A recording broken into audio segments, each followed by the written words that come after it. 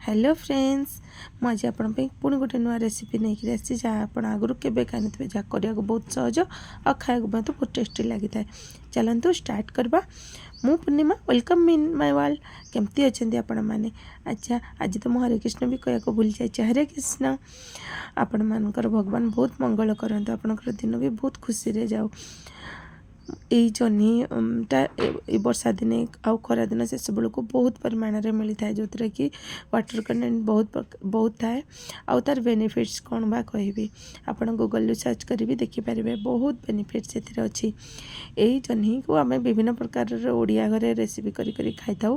जह्नी पोड़ा, जह्नी राई तरकारी, भजा आउ बहुत प्रकार तरकारी मिसिक होता है। केवल जह्नी आलू न दे तरकारी केबे करी खाइछंती? तो ये तरकारी रे आलू भी व्यवहार हो न था, आ घरे थिबा जिनस रे सहज रे हो जाए। चलतु करवा। से मुझे जह्नी को प्रथम चोपा छड़े नहीं, आपड़ चाहिए रांपिकी बाहर करेंगे, कारण ये जह्नीर चोपा टे मोटा था तो मुझे बाहर कर नेली। सीरा सहित सीरा भी थे खाइला बेले भल लगनी ना, तो तापर ताको एमती बड़ बड़ खंड करदे। गोटे आंगुली भाया खंड करके मझरू छुरी मारिक पनिकी आप चिरीदे, किंतु दुई खंड ही नथिबो। मु काटिक देखौछि केमती करिवे, से भलिया ही करिवे। सब जह्नी गुड़ा को काटी नबा, आपनकर जेतिकी दरकार तरकारी करबा पई सेतिकी जह्नी नेबे। मु इठी 4टा जह्नी नेछि, देखो केमती काटिछि। काटिबा आगुरु भी धोई पारिबे, परिष्कार भाव में धोई देछि। सेथिपई कि मोर काटला पर धोइलिनी। तापर नेछि चिना बादाम, गोटा जीरा, किछि लंका गुंड, हल्दी गुंड, गरम मसला पाउडर, लूण अल्प स्वाद अनुसार, रसुण टिके अधिक, पियाज ए सबु नेकरी ब्लेंड करदबा। मु भजा चिना बादाम नेछि, सेथिपई चिना बादामटा भाजिबा देखैनी। जदि आपण माने कंचा चिना बादाम थिबो ताले भाजिकिरी करिवे। मसला को दरदरा पाउडर बने देली, पानी दबा नहीं। जो मसलाटा आम पेस्ट करवा, पानी दबा नहीं। सा पियाज रे जो पानी थाए से ही जितकी बाटी हम से ही करवा। तापर ये जो जह्नी को आम चिरिकी रखी ता मझे चामच साइज हो, हाथ साइज हो, आपन को जो बेले सुविधा लगे सेमती ता भितर मसलाटा भर्ती करदे। देखो मुझे करी देखा, आप भावुए जह्नी भितर तो फांका नहीं केमती करवा, किंतु बहुत सहज कर बेसी मसला भी पशि थाए आ बहुत भल भी लगी था। देखो केमती मु मसला भर्ती कर से भाया मसलाटा ये करेंगे। बारंबार पुणी कौच मसला बाटला बेले पानी देवे ना पूरा को असुविधा हम। एमती सब गुड़ा जह्नी आम मसला भर्ती करदे। केते बढ़िया देखा जाउची, सेमती ही खाया को इच्छा होची।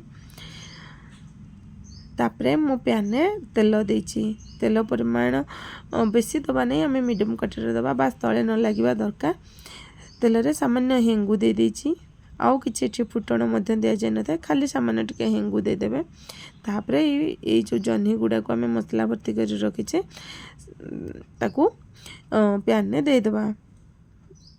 जेहेतु मो फैनटा टे चौड़ा अच्छी से एमती दे पारे, आप चाहिए एकाथरे ढालिक दे पारे, किंतु ध्यान रखिए मसला जमी न बाहर। 5 मिनिट घोड़े देली। 5 मिनिट रु कम समय हो, 5 मिनिट हो पाखापाखि स्लो फ्लेम रे करेंगे, ना पोड़ीज आ जह्नी सीझबनी। क्या जह्नी पानी बाहर थाए, आमर मसला जेहेतु ड्राए अच्छी से पानी रे ही सीझब।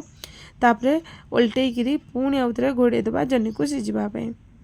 देखु एमती ऊपर तल करी आमे पूरा जह्नीटा सीझा पर्यंत ताकू घोड़े आमती टिके समय पर टिके समय छाड़ी घांटा जिते पर्यंत जह्नी सीझिनी।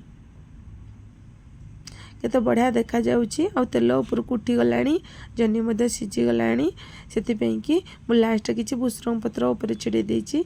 आपण ए टाइम रे चाहिले धनिया पत्र मध्य दे पारिबे, आ रुटी भात सहित पकाल सहित मध्य खाई पारिबे। और चैनल को सब्सक्राइब करने पे, लाइक शेयर मध्य करने पे, bell icon all button press करते रही। Thank you, bye bye.